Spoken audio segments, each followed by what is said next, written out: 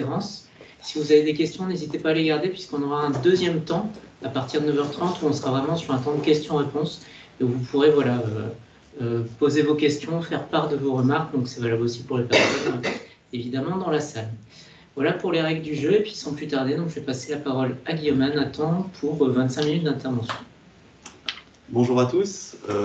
Donc effectivement, on vous propose de vous présenter deux outils majeurs d'aide à la décision à l'échelle du territoire. C'est la toile des mobilités et les fiches gares. Donc on va démarrer par la toile des mobilités, que vous connaissez sans doute, hein, cette méthodologie, cette vision systémique ici qui est appliquée au vaste sujet des mobilités, hein, puisque comme le disait M. Weisbecker en introduction, on traite à la fois les flux de marchandises et de personnes. Donc voilà, c'est souvent sur les mêmes infrastructures, donc d'où l'intérêt d'avoir cet outil d'aide à la décision qui est conçu à la fois pour les élus et les techniciens du territoire, mais aussi toute personne ayant besoin d'informations. Donc on vous présentera en détail la toile et aussi les clés de lecture pour la compréhension des enjeux. Donc cet outil, il a été co-construit donc avec les acteurs du territoire, notamment les autorités organisatrices des mobilités, également la région Hauts-de-France. Donc l'idée, c'est de centraliser les données des différents acteurs, d'avoir cette vision systémique qui apporte voilà, une bonne compréhension des enjeux. L'outil, il superpose les différents réseaux, donc c'est justement la plus-value, hein, puisque souvent on retrouve des plans des réseaux de transport en commun, des cartes du territoire. Sur le réseau ferroviaire, c'est encore un plan différent. Donc l'idée de la toile, c'est de tout mettre sur le même espace, de traiter aussi les liens entre ce qu'on appelle les entités, pour voir les interactions et aussi finalement les opportunités pour le territoire. Donc voilà, une véritable ressource documentaire. On peut passer à la slide suivante.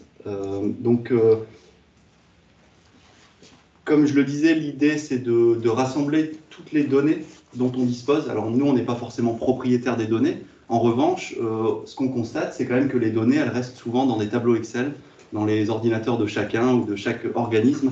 Et donc ça, pour le territoire, c'est quelque part une perte. Donc l'idée de la toile, c'est aussi de pouvoir structurer l'ensemble de ces données, de pouvoir les interroger aussi plus facilement. J'ai besoin d'informations sur une gare, et ben, dans la toile, je retrouve des infos. Sur le réseau de bus, par exemple, voilà, ça peut être un moyen de structurer. On a utilisé les compétences et les bases de données de l'agence. Donc, en termes de compétences, évidemment, les sujets de mobilité, mais les interactions avec les autres sujets qui sont très importants. On en profite pour remercier aussi l'infographie de la GUR, puisque c'est des travaux qui sont vraiment, je dirais, simples à lire, enfin, en tout cas vulgarisés, ce qui est pas toujours évident entre les tableaux de base et puis la toile finale. Donc voilà, l'idée, c'est d'avoir cette base de données unique, en tout cas de regrouper un maximum d'infos. Et je laisse la parole à Nathan. Donc Nathan qui nous a rejoint à l'agence depuis 1 an maintenant et qui a fait un super travail sur la toile des mobilités. Donc je te laisse la parole sur le contenu de la toile. Merci Guillaume. Bonjour à tous. Donc on peut passer à la prochaine diapo. Donc voici la toile des mobilités. Donc sur cette toile, on peut avoir une représentation qui est schématique des différents réseaux de transport du territoire. À la fois, c'est une échelle qui va représenter à peu près l'échelle de l'ancienne région Nord-Pas-de-Calais, avec au nord, en bordure, la mer du Nord, à l'est, la Manche, à l'ouest, la Manche, pardon, à l'est, la Belgique, et au sud, Amiens et Paris. Donc sur cette toile, on va retrouver notre système, qui est représenté par nos 4 PCI, donc, qui sont les 4 territoires qui sont en couleur sur la toile. Le système de proximité, hein, qui va être composé de l'ancienne région Nord-Pas-de-Calais, et enfin le système global dans lequel il s'insère, donc qui est composé des ports belges, des grands ports aussi des Pays-Bas, et enfin de Paris, Amiens, donc au sud. Donc on est sur une superposition des 3 réseaux principaux, donc le réseau routier en rouge, le réseau ferré en noir, et le réseau fluvial en bleu. Et en fait, grâce à un système de calque, sur cette toile, on peut un peu afficher tout ce qu'on veut, et venir jouer, afficher que le réseau routier ou que le réseau fluvial, y afficher les ports ou les enlever. Et en fait, la toile, c'est un outil qui se veut adaptable, qui est évolutif, qui n'est pas figé dans le temps, qui est conçu pour répondre au maximum de problématiques qu'on peut rencontrer en mobilité sur le territoire. On peut passer. Donc tout d'abord, en termes de superposition des réseaux, on va retrouver 3 types, comme je l'ai dit, 3 types de réseaux. Donc en couleur rouge ou en dégradé de couleur rouge, on va retrouver le réseau routier, qui est classé selon les références IGN, donc à savoir le réseau autoroutier dans un premier temps, ensuite le réseau principal, ensuite régional, puis le réseau local. Ça, c'est fait pour comprendre l'armature de notre réseau routier qui est le plus flexible au final pour l'usager. Ensuite, en noir, on va retrouver le réseau ferré, donc, qui va être classé selon deux types d'infrastructures, si on peut dire. Tout d'abord, la capacité de la voie, est-ce que c'est une voie double, est-ce que c'est une voie unique, et aussi l'électrification de la voie. Donc ça, c'est pour comprendre une logique d'infrastructure qui est beaucoup plus rigide que le réseau routier, et qui va permettre de comprendre les contraintes d'exploitation en un coup d'œil, si on peut dire. Par exemple, une voie unique, elle va avoir une contrainte sur l'exploitation, dans le sens où deux trains ne peuvent pas se croiser, par exemple. Ou alors une voie qui n'est pas électrifiée, elle va avoir une contrainte en termes de matériel roulant, parce qu'il va falloir une locomotive à diesel pour les trains. Ensuite, enfin en bleu, on retrouve le réseau fluvial, qui est classé lui selon les gabarits, qui s'étale de 1 à 5 dans la région, et aussi les réseaux de plaisance. Donc ça, c'est pour comprendre une infrastructure qui est encore plus rigide que l'infrastructure ferrée, et de mieux comprendre l'intermodalité, surtout dans le transport de fret. On peut passer. Ensuite, sur cette toile, on voit apparaître des générateurs de flux. Donc, il y aura 3 types de générateurs pour le moment sur cette toile. D'abord, les générateurs dits entités ou industrie, que vous pouvez voir en jaune sur le diaporama. Pour le moment, c'est concentré sur les entreprises de plus de 50 salariés, parce que c'est la donnée la plus simple à avoir. Mais il est possible aussi d'avoir une sélection par le nombre de flux que va produire une entreprise ou une industrie. Parce qu'en effet, une entreprise qui peut avoir moins de 50 salariés peut quand même produire un flux assez important qui va avoir un impact sur notre système de mobilité. Ensuite, on va retrouver en rose, comme vous voyez avec le musée de Flandre, les générateurs de trafic qui sont plus touristiques ou culturels. Et enfin, en vert, bon, même si on n'a pas dans cet exemple, vous retrouverez les générateurs de type espace naturel. L'objectif de la toile et de placer ces entités, c'est de comprendre comment ils vont interagir en fait, avec notre système de mobilité. Ici, on peut voir que les entités sont en connexion routière avec le réseau. Ces entités sont placées schématiquement à leurs emplacements. Et parfois, on a mis un petit pictogramme pour simplifier leur localisation. Ça, c'est juste une solution graphique. Et donc, les entités peuvent être connectées entre réseaux de différentes manières. On peut passer. Donc ici, on voit Rocket en CCFL, qui va être, elle, connectée au rail grâce à une ITE, donc une infrastructure terminale embranchée, qui va lui permettre d'envoyer et de recevoir de la marchandise par rail. Et si on s'intéresse au réseau routier, on peut voir qu'ici, le réseau routier va venir croiser le réseau ferré, croiser le réseau fluvial. Et donc, à chaque fois, à chaque type de franchissement, il y a une infrastructure qui va répondre à ce besoin, type ici un passage à niveau, puis un pont routier. Ici, donc, quand il y a deux routes qui se croisent, on voit aussi qu'il y a des différents connecteurs. On peut voir un carrefour au nord ou alors des ronds-points. Ce type d'infrastructure, il va souvent être conditionné par le type de gestion ou alors par le type de flux que doit absorber l'infrastructure. On retrouve tout type de connecteurs, si on peut dire, sur la toile.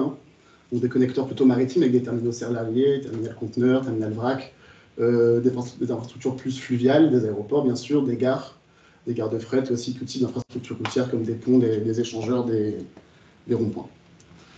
En fait, il faut savoir que derrière cette toile, ce n'est pas seulement un objet physique qu'on peut regarder, qu'on peut décrypter. C'est aussi lié à une base de données qui est associée à cette toile. Et dans cette base de données, on vient répertorier chaque entité, chaque connecteur ou chaque infrastructure qui va être représentée sur la toile pour y faire apparaître un maximum d'informations. Donc des informations classiques, comme on peut le voir sur le premier tableau, qui va permettre de relier en fait, cette base de données à nos services de SIG, donc avec le nom de la commune, leur code commune, le code EPCI ou leur position XY sur une carte. Et on trouve aussi des données qui sont plus précises à chaque entité. Par exemple, on peut le voir sur le premier tableau avec les gares, où on vient répertorier le code IUC qui est propre à la SNCF. Ensuite, on vient répertorier le nombre de lignes qui vont venir s'arrêter dans cette gare, les lignes qui vont uniquement passer par cette gare mais qui vont quand même utiliser l'infrastructure, le total voyageurs listé sur une journée, aussi par exemple le type de point de vente qu'on va trouver dans cette gare. Ensuite, par exemple, on a pris comme notre exemple les ponts ferrés, avec pareil toujours cette même idée d'avoir l'identité de cette mutuelle pour la SNCF, et ensuite, par exemple, le type d'infrastructure qui va être franchi, et enfin la longueur du pont, par exemple. Donc cette donnée, on n'est pas forcément propriétaire de toute cette donnée, mais comme on disait Guillaume dans l'introduction, en fait, on vient centraliser la donnée de plusieurs acteurs pour permettre une meilleure compréhension de notre système de mobilité. Ensuite, il y a une deuxième toile qui a été réalisée. On voit que celle-ci n'est pas passée au toilettage, donc on voit le travail important de l'infographie sur ce genre de projet. Donc sur cette toile, on est sur un focus qui va s'intéresser au grand port de Dunkerque, qui se situe sur la partie ouest de la communauté urbaine de Dunkerque. Donc on va venir représenter en fait l'interface entre le port et la ville, qui est assez imbriquée sur notre territoire. Donc le focus est sur la même logique que la toile, avec quelques différences. On peut voir qu'il y a deux couleurs différentes de routes. Les rouges, c'est les routes qui vont être gérées par le public, si on peut dire, hein, la CUD ou la DIR Nord. Et en orange, ça va être les voiries qui sont gérées directement par le GPMD. Aussi, ça suit la même logique pour les rails. Hein. En noir, on a le réseau qui est géré à l'échelle nationale par la SNCF. Et en marron, celui qui est géré par la SNCF. Par le port, pardon. On peut passer. Au niveau des connexions des entités, ici on observe qu'il y a deux types d'entités, donc les entités des entreprises et des industries qui sont actuellement sur le territoire, mais aussi celles qui sont en projet, mais on y reviendra. On distingue aussi, grâce au cercle, des entités plutôt logistiques, comme on peut voir le terminal conteneur, le terminal ferry ou encore le terminal céréalier à droite de la toile. Ces entités elles vont être connectées pareil au réseau routier et aussi au réseau ferré grâce à des ITE toujours. On observe aussi les triages qui sont les carrés, les rectangles qu'on peut voir. Donc on est toujours sur cette même logique. On retrouve aussi tous les types de franchissements avec l'apparition d'un nouveau type de franchissement qui sont les passages à niveau qui sont non sécurisés entre guillemets, donc pas matérialisés par des barrières par exemple. On peut passer. Sur cette toile, on est venu aussi, l'un des objectifs de base en fait c'était de présenter aussi de la donnée sur le trafic routier, de pouvoir l'avoir si on peut dire en direct, ou en tout cas en un coup d'œil. Et donc en fait ici, grâce aux données qui ont été partagées par le PCT, donc le poste central de trafic de la communauté urbaine, on a eu accès à 405 points de comptage, et avec une méthodologie en fait qui va répertorier plusieurs points de comptage sur un seul axe, on arrive à, pour l'instant, déterminer les flux sur 15 principaux axes de la communauté urbaine. Et la toile, elle va s'enrichir au fur et à mesure avec déjà les données de la communauté urbaine dans un premier temps, mais aussi avec les données de trafic de l'étude portuaire menée sur les grands projets de l'ouest du port, et aussi avec d'autres acteurs comme la DIR Nord ou la région, qui ont aussi des points de comptage. Donc le prochain objectif de cette partie sur le trafic routier, ça va être de venir indiquer en fait visuellement les axes de congestion, par exemple sur la toile, toujours à destination des techniciens et des élus du territoire. Et enfin, sur la toile des mobilités portuaires, on vient aussi indiquer les projets, comme je le disais tout à l'heure, projets qui sont donc les mêmes entités industrielles, hein, vous pouvez voir délimité par des tirets noirs et par le petit pictogramme avec les roulements. En fait, il faut anticiper la métamorphose du territoire qui va se dérouler sur l'ouest, qui va avoir une modification à la fois sur le paysage, mais aussi forcément sur notre système de mobilité. Et il y a notamment un grand projet qui va venir modifier la mobilité à l'ouest du territoire, donc c'est le projet CAP 2020, donc un projet d'agrandissement du bassin de l'Atlantique qu'on peut voir pour l'instant, qui va venir modifier les infrastructures, notamment en déviant l'une des artères viaires principales de l'agglomération, à savoir la D601. Donc là, on peut passer pour voir le projet CAP 2020 et son impact sur notre système de mobilité. Donc ça va nécessiter la création forcément de nouvelles voiries qu'il convient de représenter à des fins prospectives pour mieux comprendre les réseaux de demain. Donc ces voiries, elles apparaissent en jaune sur la carte avec les nouvelles infrastructures, les nouveaux carrefours, les nouveaux ronds-points. Et en fait, ça nous permet aussi de répondre aux défis de la desserte de ces nouvelles industries. Sur la toile, qui se veut aussi être un outil d'aide à la décision, bien sûr, mais aussi de planification, et aussi un outil diagnostique en même temps. Et à terme, par exemple, le focus portuaire, car son échelle le permet, elle nous permettra aussi d'afficher tout ce qui est voies vertes, aménagements cyclables, qui sont aussi un point essentiel de la stratégie de mobilité qui est développée par la communauté urbaine pour décarboner les déplacements. Et cette stratégie qui est aussi menée à l'échelle régionale, les gares vont jouer un rôle très important. On peut passer à la prochaine diapo. Qui sont les gares qui sont des véritables pivots de la stratégie d'intermodalité, et elles jouent un rôle essentiel, puisque c'est par là qu'on va venir rabattre un nombre important de personnes pour qu'elles puissent décarboner leurs déplacements. Et donc les gares de l'axe Flandre et celles du périmètre du PMCO, elles sont entièrement représentées sur la toile des mobilités, ainsi que les gares principales de la région. Et pour celles de l'axe Flandre, il y a eu un travail mené bien plus en profondeur, qui a été mené pour mieux comprendre le contexte dans lequel elles s'insèrent, et aussi anticiper leur potentiel de développement futur. Je vais passer la parole à Guillaume qui va présenter cette partie. Merci Nathan. Pour conclure sur la toile des mobilités, vous l'aurez compris, c'est vraiment un outil de compréhension des enjeux. je dirais, pas en un clin d'œil, mais en tout cas avec les clés de lecture que vous a transmis Nathan, on peut mieux comprendre les enjeux du territoire, et c'est quelque part important. Hein. On parlait de la superposition des réseaux, et clairement, les acteurs ont ce besoin de se parler entre le ferroviaire, le fluvial, les réseaux de bus, de trains. Enfin voilà, c'est indispensable. Donc voilà, on apporte notre pierre à l'édifice en structurant un peu cette vision, mais chaque acteur peut aussi s'approprier la toile, et puis quelque part, on est libre en fonction du diagnostic qu'on veut mener. Voilà, toutes les couches permettent d'afficher ce qu'on souhaite en fait, pour parfois avoir une toile aussi plus simple. Donc voilà, n'hésitez pas à télécharger la première version sur le site internet de la GUR. On a également des exemplaires papier de la toile si vous souhaitez, donc c'est souvent un format A0. Il faut savoir aussi qu'elle est alimentée régulièrement, donc voilà, le papier n'est pas toujours le plus pertinent, si ce n'est pour monter un diagnostic à un instant T. Donc comme le disait Nathan, les gares, c'est des plateformes multimodales, c'est vraiment des nœuds structurants pour le territoire, qui sont du coup visibles évidemment sur la toile, mais il y a tellement de données sur ces gares et tellement d'enjeux qu'on a souhaité aussi en faire un travail spécifique. Ça répond aussi à une demande de la communauté d'agglomération Cœur de Flandre, qui souhaitait aussi avoir plus d'informations sur les gares, réactualiser quelques chiffres. Donc voilà, on a fait le travail de solliciter la région Hauts-de-France notamment, SNCF aussi pour les bases de données, et on a structuré une publication spécifique, donc, que vous avez ici en version papier, mais pour les personnes en ligne également, qui sera disponible sur le site internet de la GUR. On prévoit aussi un tirage papier à quelques exemplaires.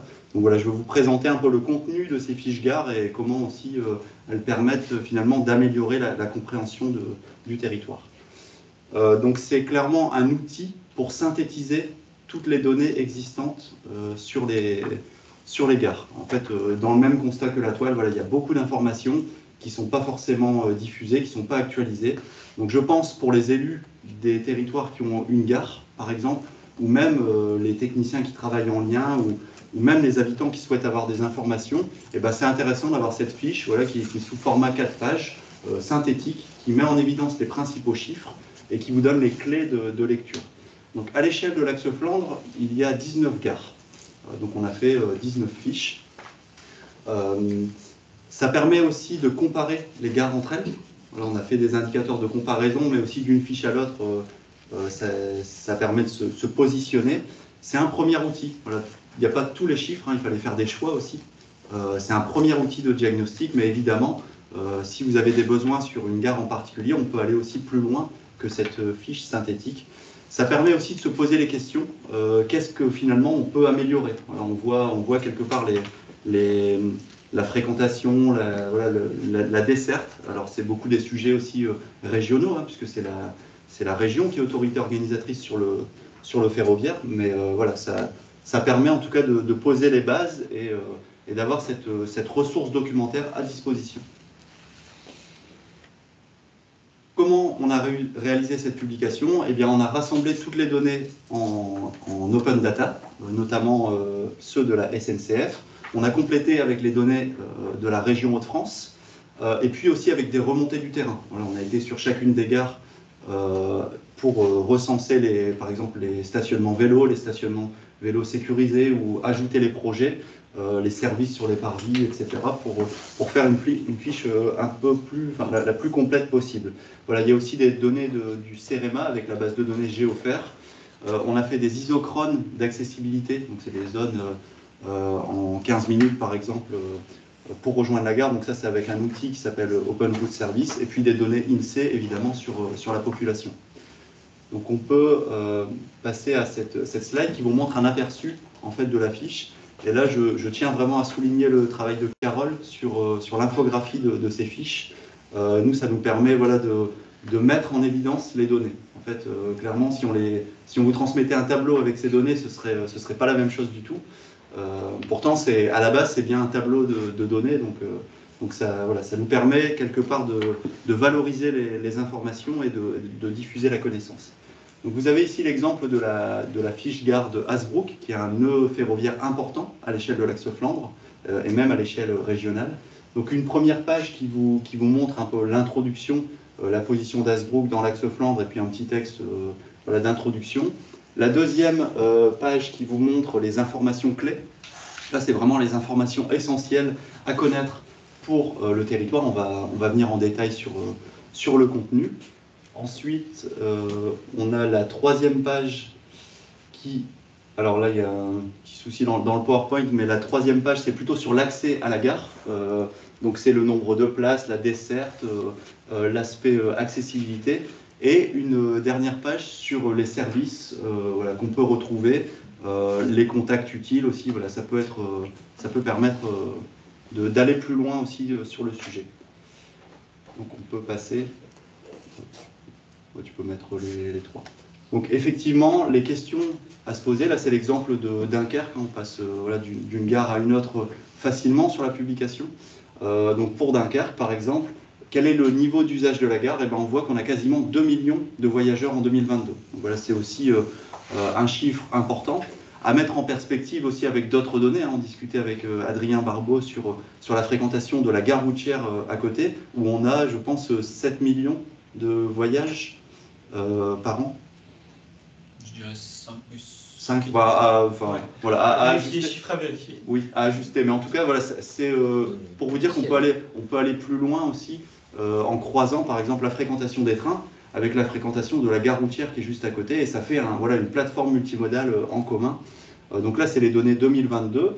On a aussi les abonnés. Donc là, on a choisi de mettre les abonnés 2019. Pourquoi? Puisqu'il y a eu la crise sanitaire. Et le retour à la normale s'est pas fait, pas tout à fait sur les abonnements. Il y a beaucoup d'abonnements quelques jours par semaine, télétravail. Donc le temps que ça revienne à la normale, pour l'instant, on a la base avec la base de données 2019. Donc là, par exemple, pour Dunkerque, c'est plus de 3000 abonnés qui viennent tous les jours prendre le train avec la destination principale qui est, du coup, la destination principale, c'est Lille et Hasbrook pour la gare de Dunkerque.